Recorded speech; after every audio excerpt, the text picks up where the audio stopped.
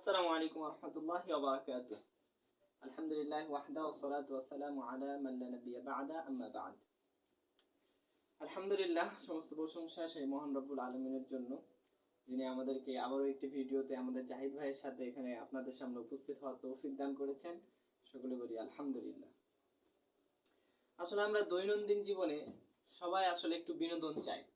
একটু বিনোদন পাওয়ার জন্য একটু ফেসবুকে যাই, বিভিন্ন ধরনের বিনোদন খুঁজি, একটু হাসাহাসি করি। কিন্তু সেই বিনোদনটা যদি হয় হালাল পন্থায়, তাহলে সেটা কেমন হয়? আমরা হারাম পন্থায় কিন্তু অনেক ধরনের বিনোদন নেই, সেটা তো হারাম, সেটাতে কোনো এক পয়সা লাভ হবে না, বরঞ্চ আপনি বিনোদনটা নিতে গিয়ে আপনার ক্ষতি করছেন, আপনি পাপ উপার্জন করছেন। তো সেক্ষেত্রে আমরা আপনাদের জন্য ব্যবস্থা করেছি হালাল বিনোদনের। তো সেই সুবাদে আমরা আমাদের জাহিদ ভাইয়ের থেকে কুয়াকাটার কণ্ঠে কিছু বক্তব্য শুনবো ইনশাআল্লাহ। তো জাহিদ ভাই, আপনি কি চান না মানুষ আপনার মাধ্যমে হালাল বিনোদন পাক? এটা আসলে হালাল বিনোদন না। আমি সাধারণত এইভাবেই সুরে ওয়াজ করি, এটা আমার অভ্যস্ত।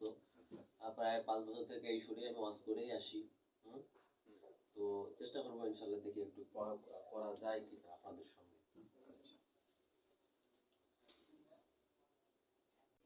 মহান রব্বুল আলামিন বলেন, কুল ইয়া ইবাদিয়াল্লাযীনা আসরাফু আলা আনফুসিহিম লা তাকনাতু মির রাহমাতিল্লাহ ইন্নাল্লাহা ইয়াগফিরুয যুনুবা জামিআন ইন্নাহু হুয়াল গফুরুর রাহিম।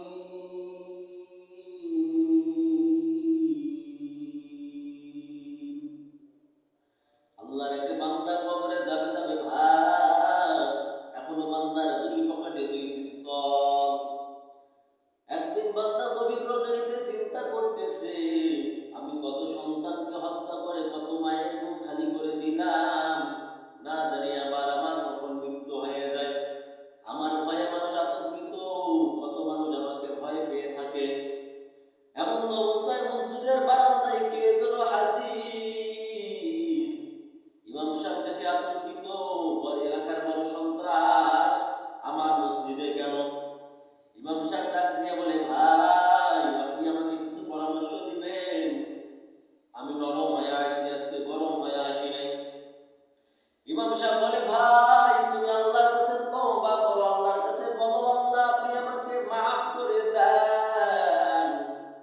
হায় আল্লাহ তাআলা, জীবনে অনেক গুনাহ করেছি, আপনি আমাকে মাফ করে দেন।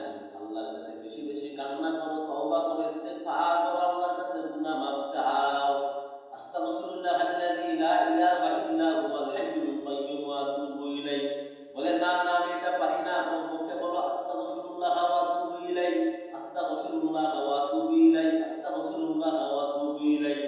বলে, যদি না না আমি এটাও যদি বলতে পারি না, মুখে বলো আস্তাগফিরুল্লাহ, আস্তাগফিরুল্লাহ, আস্তাগফিরুল্লাহ। আমরা আমাদের ভাইয়ের কাছে চমৎকার একটি বক্তব্য শুনলাম। আসলে এটা আমরা বিনোদনের জন্য যদিও মানে তৈরি করতেছিলাম ভিডিওটা, কিন্তু এক প্রকার এখান থেকে আমরা কিন্তু কিছু শিক্ষা পেলাম। সেই শিক্ষা হচ্ছে যে আপনি যতই গুনাহ করেন, যতই পাপ অপরাধ করেন, আপনি যদি আল্লাহর কাছে খালেস নিয়তে যদি তওবা করেন, আল্লাহ তাআলা সেই তওবা কবুল করবেন।